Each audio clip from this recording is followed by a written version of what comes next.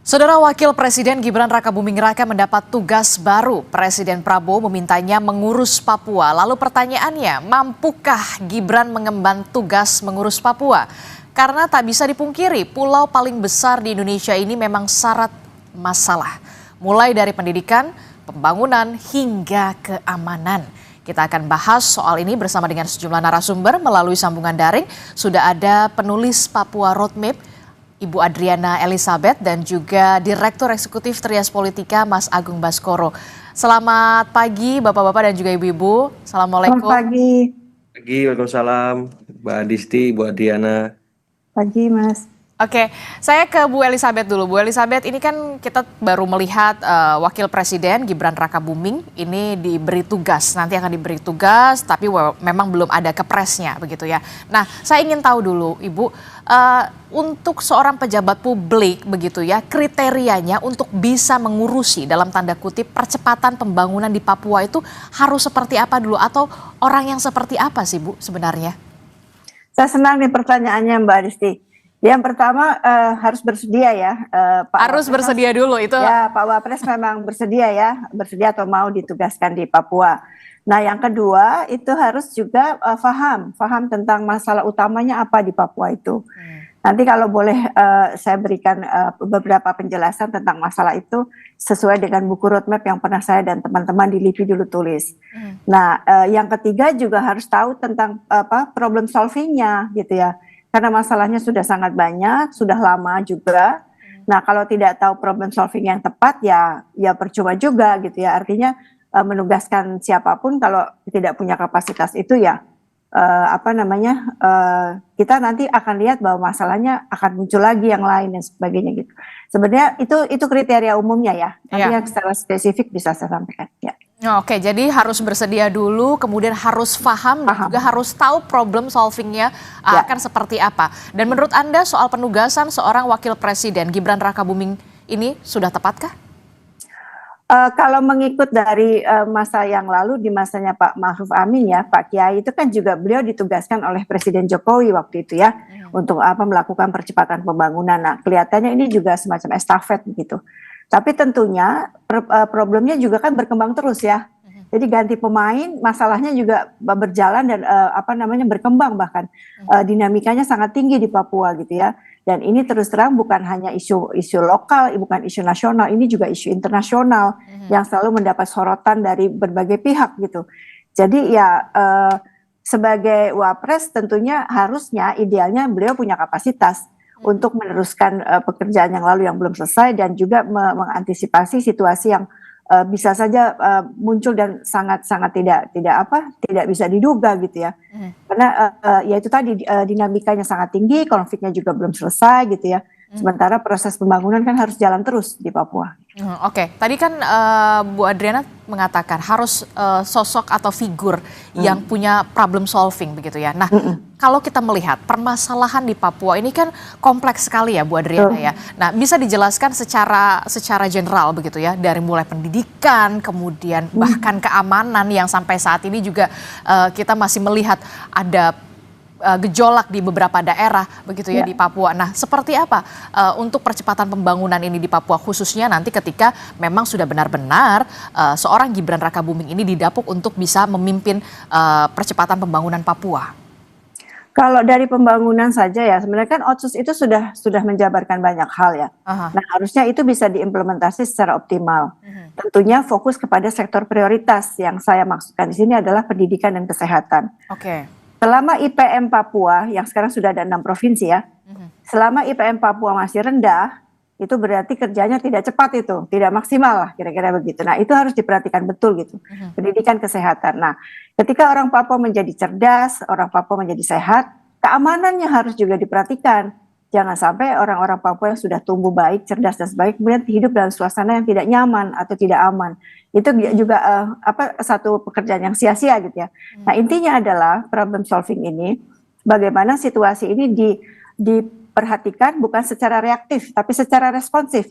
Responsif itu artinya secara komprehensif, duduk persoalannya apa problem-problem yang belum selesai di masa lalu dan berdampak pada situasi hari ini, itu apa dan bagaimana ke depannya gitu. Nah, kalau yang dilakukan hanya ya maksudnya hanya formalistik, birokratik gitu ya, karena tidak tahu dasar utama persoalan, menurut saya juga nggak akan selesai gitu ya. Misalnya, maaf ya tadi Pak Wapres bisa bilang, ya saya sudah suruh kirim laptop dan sebagainya. Bukan itu persoalan di Papua gitu, bukan fisik gitu ya. Ada satu jadi persoalan perspektif, persoalan ideologi dan sebagainya. Nah itu juga harus ditangani gitu.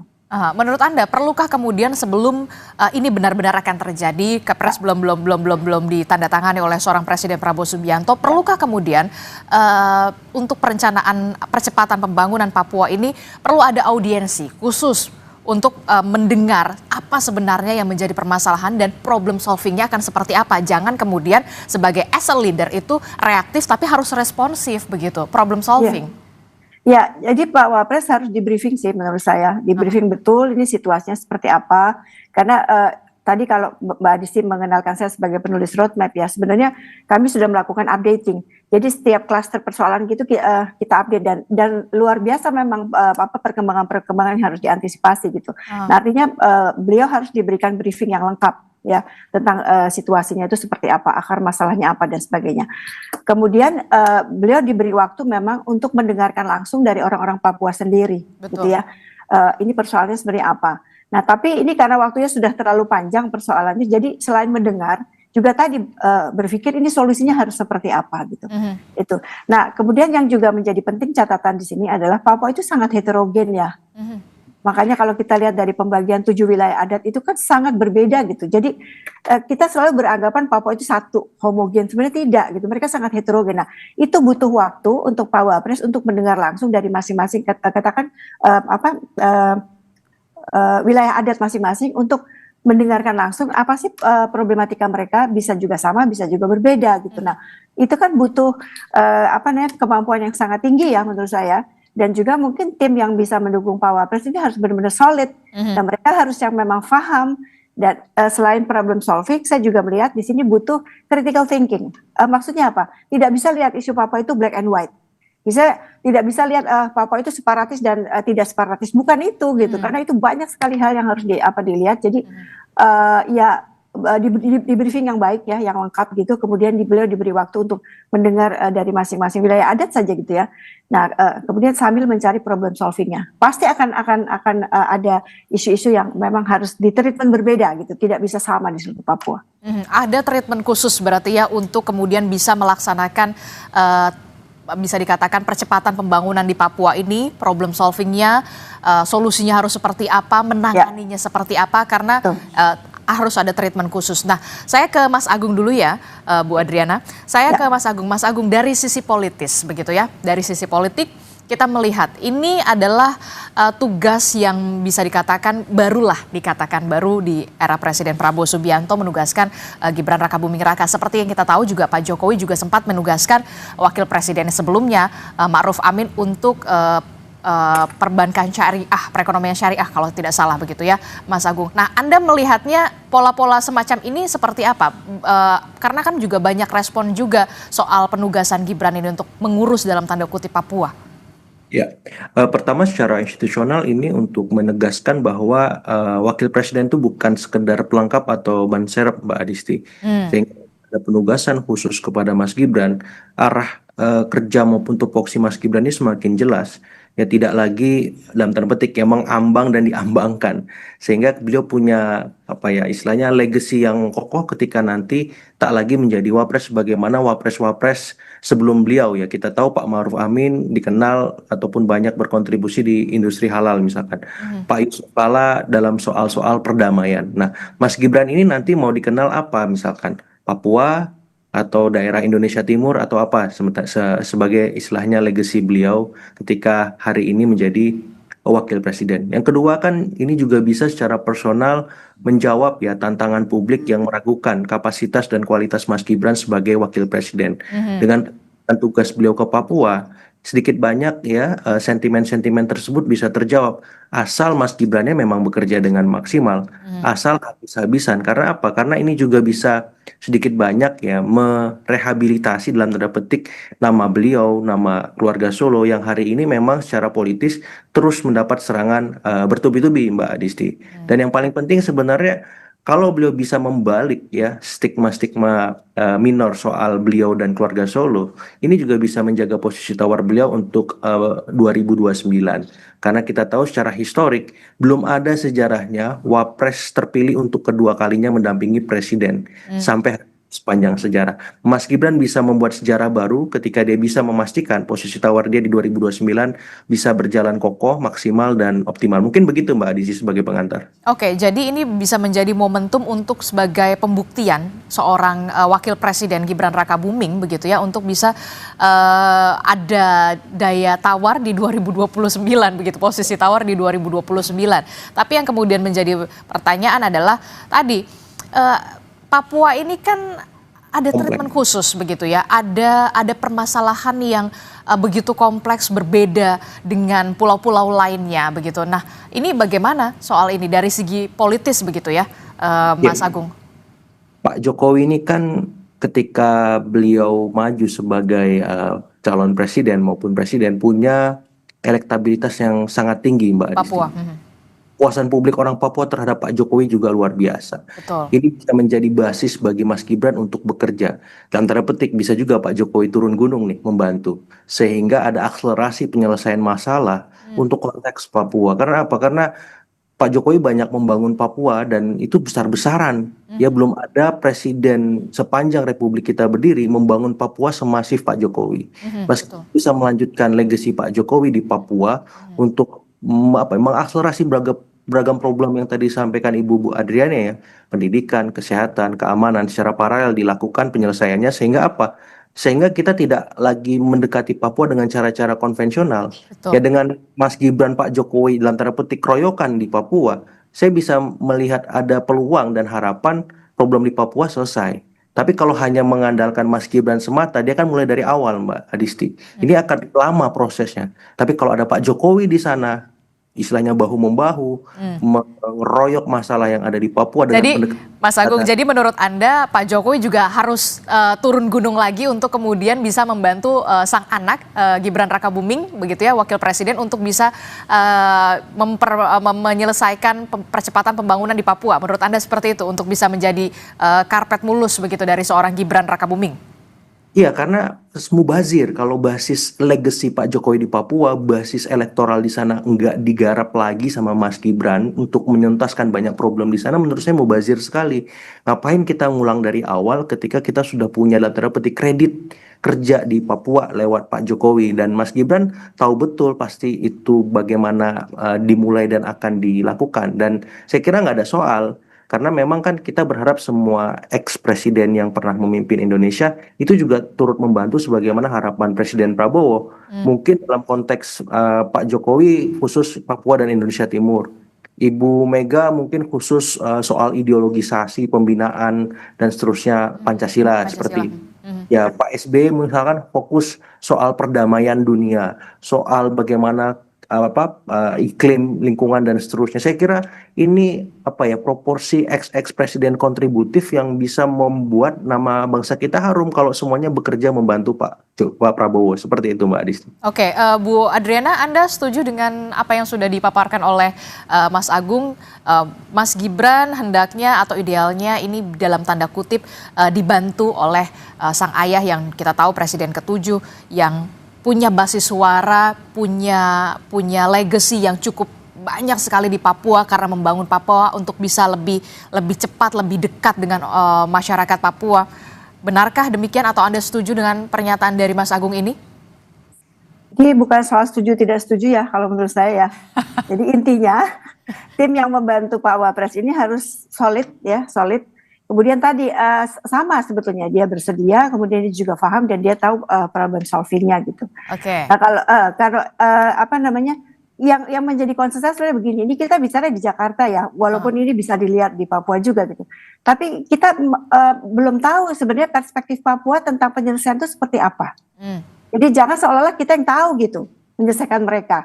Mereka juga harus didengar bagaimana menurut mereka sebaiknya pemerintah membantu gitu, karena itu ada satu kesalahan pendekatan selama ini. Seolah-olah Jakarta atau pusat itu tahu semua tentang Papua. Tadi yang saya bilang, Papua itu tidak satu gitu. Nah, kenapa tidak dibalik? Kita bertanya ke mereka. ya apa namanya sebenarnya pemerintah mau memperbaiki situasi di Papua dan sebagainya ya, memulihkan semua kondisi di sana. Tapi caranya seperti apa ya gitu. Jadi bukan kita menentukan dulu orang-orangnya, tapi kita dengar dari mereka sebenarnya apa. Nah, ketika kita tahu apa sebenarnya problem yang mereka rasakan setiap waktu gitu, baru kita berpikir oke, ini harus kita selesaikan seperti apa. Dan menyelesaikannya juga harus disesuaikan dengan apa situasi mereka gitu. Ini yang selalu saya sebutkan atau saya dan teman-teman di LIPI dulu mengatakan harus dengan cara-cara dialogis gitu. Nah, yang model formalistik, birokrasi ditetapkan dari pusat itu nggak akan selesai juga gitu. Nah, dulu ketika ada tahun 80-an ya, itu kerjasama misalnya Bappenas dengan LIPI ya, waktu itu membantu masyarakat di Wamena. Mereka datang, mereka bertanya, masyarakat perlu apa? Bukannya datang kita membawa sesuatu yang kemudian mereka tidak butuhkan gitu. Nah itu kadang-kadang satu pendekatan yang menurut saya juga, ya ini problem solving lagi ya, kemampuan kita untuk bertanya ke mereka dan kita mengolah yang mereka maksudkan sebenarnya apa gitu. Jadi itu yang menurut saya agak miss selama ini, agak hilang ya pendekatan itu. Kita menentukan orangnya semua dari Jakarta seolah-olah oke, sampai di sana mereka tolak gitu. Bisa-bisa begitu nanti kalau memang kita tidak cukup punya waktu berdialog dengan mereka atau berkomunikasi dengan mereka, bertanya sebenarnya masyarakat maunya apa gitu. Jadi siapapun orangnya di dalam timnya Pak Wapres, saya tidak peduli gitu ya. Intinya kriteria itu yang harus muncul justru. Kalau siapa dan sebagainya itu urusannya Mas Agung deh. Kalau saya lebih karena saya melihat situasi di Papua ini udah very kompleks gitu ya, dan itu tadi yang saya bilang setiap waktu dia juga berkembang gitu, masalah berkembang, dinamikanya sangat tinggi. Nah ketika ada satu peristiwa yang kemudian kita akhirnya sikapnya itu tadi reaktif karena kita tidak pernah berpikir komprehensif untuk isu-isu di sana gitu. Oke, penting sekali as a leader itu untuk bisa mendengar apa yang diharapkan, apa yang dibutuhkan. Betul. Masyarakat Papua di sana seperti apa sebenarnya begitu ya. Ini yang kemudian harus benar-benar didengar oleh figur atau sosok yang akan memimpin percepatan pembangunan Papua. Namun kemudian pertanyaan selanjutnya adalah banyak sekali keraguan publik terkait dengan sosok Gibran yang kemudian ditunjuk untuk memimpin percepatan pembangunan Papua. Nanti kita akan bahas usai jeda. Tetaplah bersama kami di Sapa Indonesia Pagi. Kami akan segera kembali.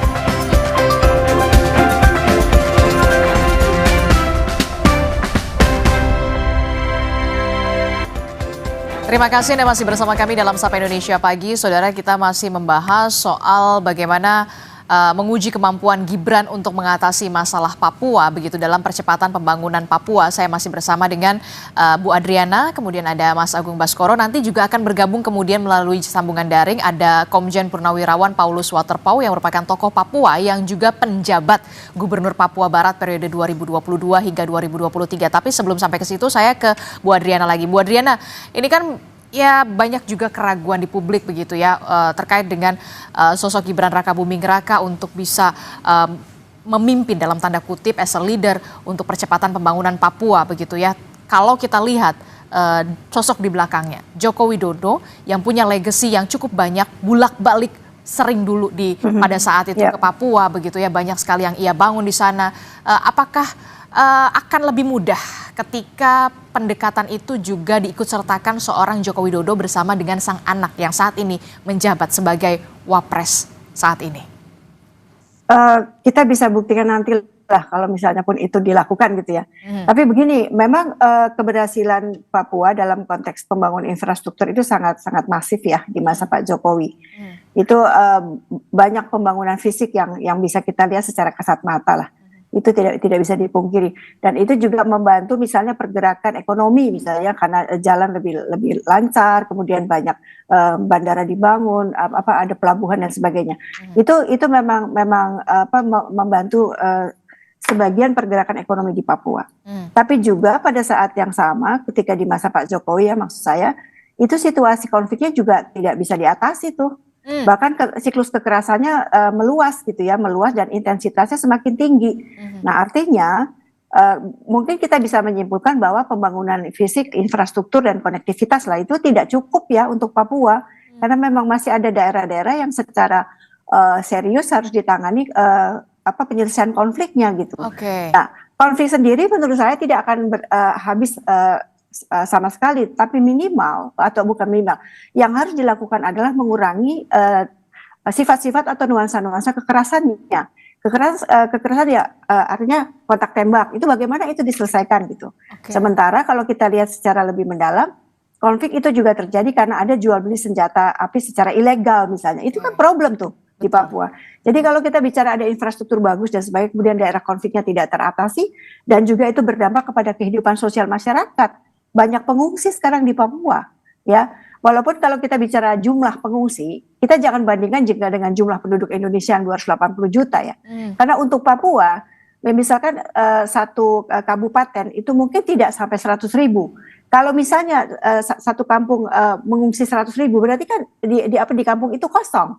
Artinya numbers itu bukan persoalan di Papua lebih sedikit dari di tempat lain, tapi itu memang benar-benar mengubah hidup mereka secara total.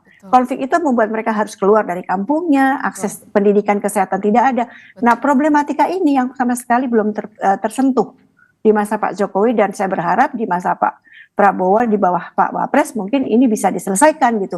Karena kalau misalnya masalah pengungsi tidak diselesaikan, itu akan jadi sorotan di mana-mana itu. Iya. Nah, itu jadi kalau pendidikan kesehatan saja sulit kita percepat gitu ya, bagaimana dengan situasi di daerah konflik yang justru akses itu sama sekali tidak mereka dapatkan gitu. Nah, ini menurut saya ini tantangan yang sangat berat ya menurut saya untuk menyelesaikannya. Penting sekali untuk bisa memahami begitu ya, kalau tidak hanya soal infrastruktur ternyata Mas Agung yang kemudian begitu masif dibangun sekali lagi di Papua di era Presiden Joko Widodo 2 periode yang lalu, tapi kemudian ada tugas berat tampaknya yang harus diemban atau diselesaikan seorang Gibran Rakabuming begitu, adalah soal untuk penyelesaian konflik yang kemudian berdampak terhadap akses pendidikan, akses kesehatan anak-anak di sana, masyarakat di sana. Nah, ini yang kemudian menjadi pertanyaan kita semua dari sisi politisnya, dari sisi politiknya, kalkulasi politiknya seperti apa untuk Gibran Rakabuming Raka untuk bisa mampu dalam tanda kutip menyelesaikan konflik di sana sampai ke akar-akarnya, problem solvingnya. Mas Agung. Saya kira memang ketika ada Pak Jokowi di sana, sedikit banyak Mas Gibran itu datang ke Papua tidak dari nol, Mbak Adisti ya. Jadi ada legacy yang beliau sudah lakukan, dan itu bisa membuat ketika beliau mendengar ataupun menindaklanjuti aspirasi yang ada di masyarakat Papua, itu menjadi lebih konkret dan jelas, dan Mas Gibran mendapat kepercayaan dari masyarakat Papua yang diajak ataupun dilibatkan untuk berdialog itu. Karena pengalaman saya ya kuliah kerja nyata 3 bulan di sana mengajar waktu mahasiswa, kemudian berapa kali kegiatan survei di Provinsi Papua dan Papua Barat. Teman-teman di sana selalu ingin ketika kita datang ingin bertanya apa yang ingin kita lakukan, konkretnya seperti apa. Jadi mereka butuh hal-hal fisik dulu sebagai bentuk keseriusan kita. Baru setelah itu kita bisa bicara lebih maksimal, lebih lanjut semacam itu. Jadi itu lebih memudahkan. Tapi kalau misalkan tiba-tiba datang dengar dalam tanda petik belum ada atau bukan siapa-siapa, juga susah juga menurut saya. Tapi minimal ada pintu masuknya, dan progres yang dilakukan pemerintah sebelum di masa Pak Jokowi, saya kira kenapa itu penting? Karena itu menjadi milestone untuk memudahkan kita memahami dan mendengar teman-teman di Papua. Ya, pemekaran yang dilakukan itu kan salah satunya untuk mendekatkan pembangunan dengan masyarakat di Papua langsung. Tidak lagi hanya terbatas oleh elit-elit tertentu. Dan saya lihat ini memang bukan pekerjaan mudah dan bisa cepat dilakukan. Tapi minimal ada progresnya. Dan saya melihat ada progres ke arah sana ketika saya KKN 2009. Dengan sekarang 2024 itu jauh sekali perkembangannya, Mbak Disti. Ya, saya bisa mengakses Papua dengan sangat mudah ketimbang dulu. Misalkan saya kakaknya di Sorong Selatan, saya harus melalui daerah itu dari Sorong sekitar 6 jam jalan darat, tapi sekarang sudah setengahnya, 3 jam, bahkan bisa lebih cepat. Artinya apa? Artinya ketika kita melihat Papua seperti kata Bu Adriana, ini Papua yang mana dulu yang diprioritaskan. Nah, Mas Gibran fokus di sana. Asumsikan ada 6. Kan tidak semua Papua dalam artian punya masalah yang sama kan. Yang paling bermasalah di mana itu dulu yang diselesaikan. Yang sudah bagus misalkan di Papua Barat atau Barat Daya, ya sudah gitu. Kita tinggal lanjutkan yang sudah dibangun, yang sudah dikerjakan. Nah, maksud saya supaya apa? Supaya goalsnya jelas, utuh, dan kita tidak menyimpulkan Papua semua bermasalah, karena tidak semua Papua bermasalah juga, gitu. Mungkin ada Papua pegunungan, mungkin ada Papua induk atau Papua sebagian Papua induk atau Papua mana lagi yang memang perlu kita fokuskan supaya apa? Ini Mas Gibran punya tolak ukur kerja yang jelas dan ketika nanti dievaluasi juga kita tahu apa kurangnya, bisa backup di mana dan hal-hal apa yang harus disempurnakan supaya apa? Pertanggungjawaban kerja Wapres ini konkret kan, tidak ngambang lagi seperti sebelumnya. Misalkan kemarin ada lapor Mas Wapres seperti itu. Kita kan nggak tahu nih follow up-nya seperti apa, ya konkretnya laporan-laporan itu direspon bagaimana seperti itu. Tapi dengan jelas ini fokus di Papua A, Papua B misalkan. Jadi kita publik juga enak, oh Mas Gibran progresnya sekian dan kita objektif. Tidak serta-merta selalu menyalahkan Mas Gibran dan tidak serta-merta juga membenarkan Mas Gibran. Kita objektif saja. Kalau ada progres kita apresiasi, kalau kurang progres kita kritik seperti itu. Oke. Jadi ya kita tetap harus mendukung apapun yang dilakukan selama itu baik untuk percepatan pembangunan Papua untuk masyarakat Papua pastinya. Saya ke Bu Adriana. Bu Adriana, kalau kita lihat Ibu kan banyak sekali terjun langsung melihat, mendengar, memahami bagaimana masyarakat Papua membutuhkan apa, maunya apa begitu ya. Kalau menurut Ibu Adriana, dari sisi jangka pendeknya dulu lah, sisi jangka pendeknya 5 poin. Menurut Anda, apa yang kemudian harus dilakukan supaya percepatan pembangunan di Papua tidak hanya soal pembangunan secara fisik, tapi secara psikis begitu ya, secara psikologi juga kesehatan, pendidikan ini bisa cepat, bisa langsung terlihat nyata, tidak hanya soal formalitas saja, tapi konkretnya langsung tepat ke sasaran. Ya mungkin menyambung yang Mas Agung tadi sampaikan ya Mbak Adisti. Jadi mesti dibedakan daerah yang ada karena gradasi konfliknya juga beda-beda ya. Betul. Jadi ada konflik bersenjata itu kita harus tahu spot-spotnya di mana. Kemudian juga ada konflik sumber daya alam, jangan lupa ya. Ada persoalan konflik sumber daya alam yang sangat luar biasa juga di Papua. Itu juga beda tuh penyelesaiannya. Kemudian ada potensi konflik sosial. Jadi pertama kita mapping dulu deh. Kita mapping dulu ini daerah mana dan problematikanya terkait dengan konflik itu apa. Itu satu. Nah yang kedua, kalau daerah itu relatif aman, pembangunan bisa jalan ya itu disegerakanlah prioritasnya itu tadi, kesehatan pendidikan itu harus segera. Nah saya memilih misalnya untuk pendidikan itu di sekolah dasarnya dulu yang disediakan secara rata di semua kampung ya, karena kan mereka ada anak-anak itu kan adanya memang di kampung ketika itu. Baru kalau SMP nanti mereka ke distrik dan sebagainya gitu. Kemudian fasilitas kesehatan juga. Nah, fasilitas kesehatan ini juga menurut saya sangat penting, misalnya memberdayakan masyarakat lokal di sana yang juga bisa menjadi tenaga kesehatan. Jadi ketimbang menunggu semua didatangkan, nah dilatih saja anak-anak atau orang-orang yang ada di tempat itu juga untuk menjadi tenaga kesehatan. Supaya mempercepat juga di sana ya tenaga kesehatan. Betul. Nah, Oke, kita tahan dulu Bu Adriana. Tahan dulu Bu Adriana. Kita langsung dengarkan sebenarnya apa yang dibutuhkan masyarakat Papua, apa yang ingin difahami oleh masyarakat Papua bersama dengan Komjen Purnawirawan Paulus Waterpauw yang merupakan tokoh Papua yang juga kita tahu sebagai penjabat Gubernur Papua Barat periode 2022-2023. Selamat pagi Pak Paulus. Selamat pagi Pak Paulus. Masih di mute? Mic-nya. Halo. Oke, siap. Ya, selamat pagi. Sudah terdengar Pak Paulus. Pak Paulus, Anda sebagai tokoh Papua dan juga pernah menjabat sebagai penjabat Gubernur Papua Barat periode 2022-2023. Sebenarnya karakteristik dari Papua sendiri untuk bisa mempercepat pembangunan Papua, apa yang harus dipahami seorang leader di sana nantinya untuk bisa memimpin percepatan pembangunan Papua di sana, dan apa sebenarnya yang menjadi harapan dan keinginan dari masyarakat Papua itu sendiri sebenarnya? Iya, Mbak, selamat pagi dan Assalamualaikum warahmatullahi wabarakatuh. Shalom untuk kita semua. Saya sedang di Manila nih. Oh ya, oke. Silakan. Tapi mudah-mudahan bisa terjawab ya. Saya juga ucapkan selamat pagi untuk Bu Adriana dan juga Pak Agung. Prinsipnya di Papua, masyarakat masih sangat mengharapkan keikutsertaan atau campur tangan pemerintah, baik daerah maupun pusat ya. Itu satu. Yang kedua, masih banyak problem-problem sosial yang nampaknya itu perlu menjadi fokus perhatian daripada negara dan pemerintah khususnya, baik yang tadi saya sebut yang baik dari pusat maupun dari daerah sendiri. Di sana kemiskinan ekstrim masih ya membayang-bayangi kehidupan masyarakat kita di lingkaran luar daripada perkotaan ya. Pendidikan masih perlu, kemudian juga kesehatan. Tadi ada pendapat dari Mas Agung, Bu Andriana juga demikian. Saya berharap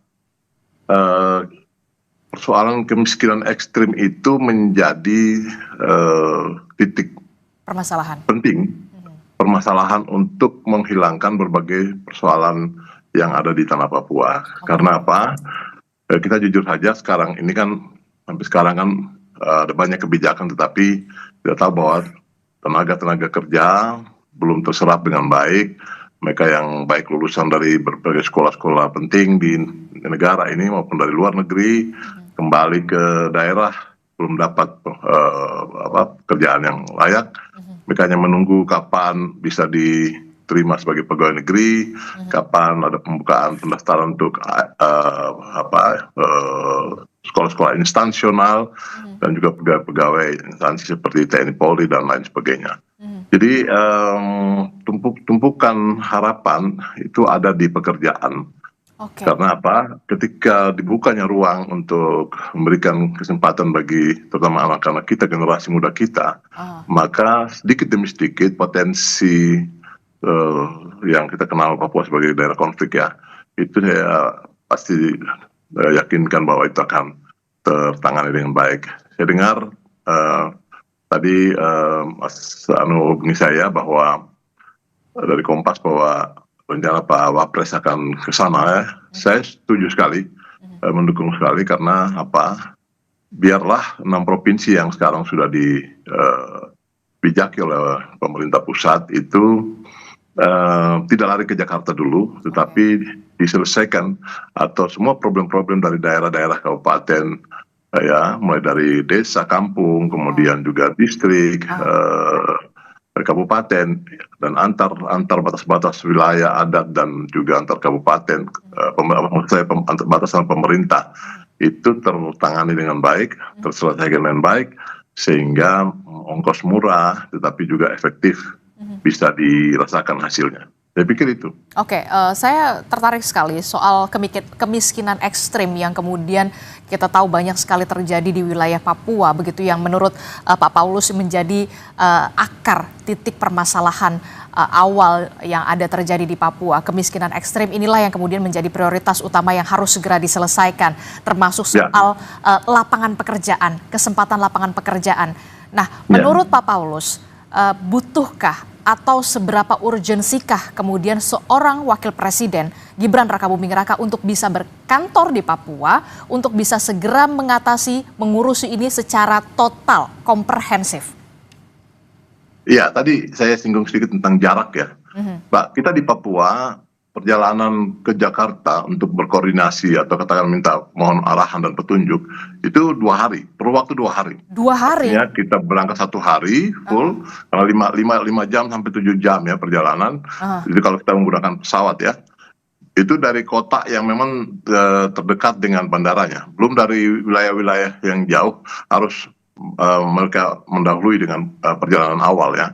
Itu bisa 1 hari, prinsipnya 1 hari, 2 hari kembalinya itu. Artinya 2 hari menurut saya itu kalau seandainya ada pejabat setingkat Bapak Wapres ataupun presiden sekalipun yang berikan ruang di Papua atau berada di Papua dalam batas waktu tertentu, saya pikir itu sangat efektif untuk mengakomodir berbagai aspirasi yang datang dari kota, kabupaten, sampai ke bawahnya, dan juga dari provinsi-provinsi yang sekarang sedang dimekarkan itu. Saya pikir itu. Terus yang berikut, memang persoalan kemiskinan ekstrim itu sangat terasa ya. Bolak-balik kebijakan itu diberikan, tapi sifatnya hanya temporary dan tidak menyelesaikan persoalan. Kenapa demikian? Karena saya melihat ada banyak akar-akar masalah, misalkan persoalan sosial ya. Ibu hamil itu mereka kadang-kadang karena usia muda ya, Yeah. terpaksa harus menikah. Ada kadang-kadang karena adat budaya ya, mereka harus mengikuti orang tuanya untuk menikah muda, sehingga tidak memiliki pendidikan yang baik, putus sekolah, sehingga mereka tidak mampu memberikan pembelajaran atau menyiapkan diri mereka sendiri sebagai pengantin ataupun keluarga muda untuk menyiapkan anak-anak mereka lahir nanti dalam pendidikan-pendidikan dari awal sampai dengan jelang pendidikan lanjutan, termasuk penghasilan yang mereka harapkan. Mereka tidak punya.